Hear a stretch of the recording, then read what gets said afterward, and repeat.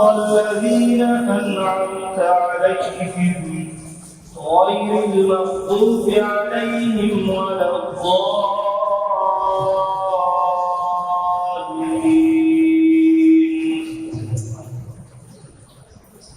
يا أيها الذين آمنوا اتقوا الله حق تقاته ولا تموتن إلا وأنتم مسلمون.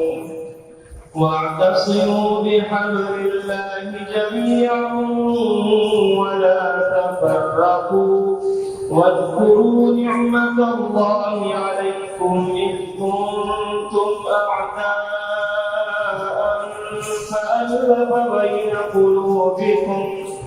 فألف بين قلوبكم فأصبحتم بنعمته إخوانا وكنتم على شفا حفرة من النار فأنقذكم منها كذلك يبين الله لكم آياته لعلكم تهتدون.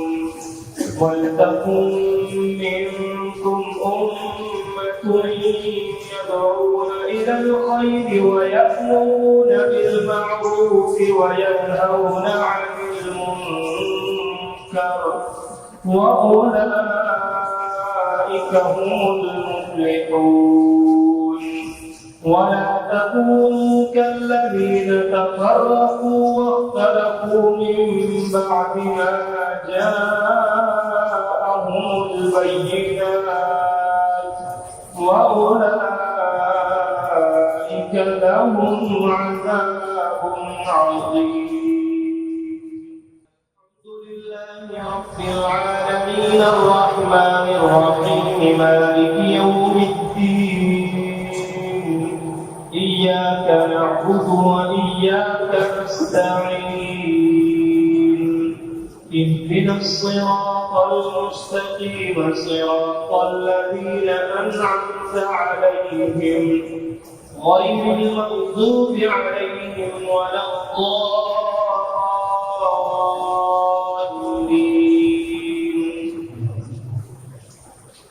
يوم تبيض وجوه وتسود وجوه فأما الذين اسودت وجوههم أكفرتم بعد إيمانكم فذوقوا العذاب بما كنتم تكفرون. وأما الذين ابيضت وجوههم ففي رحمة الله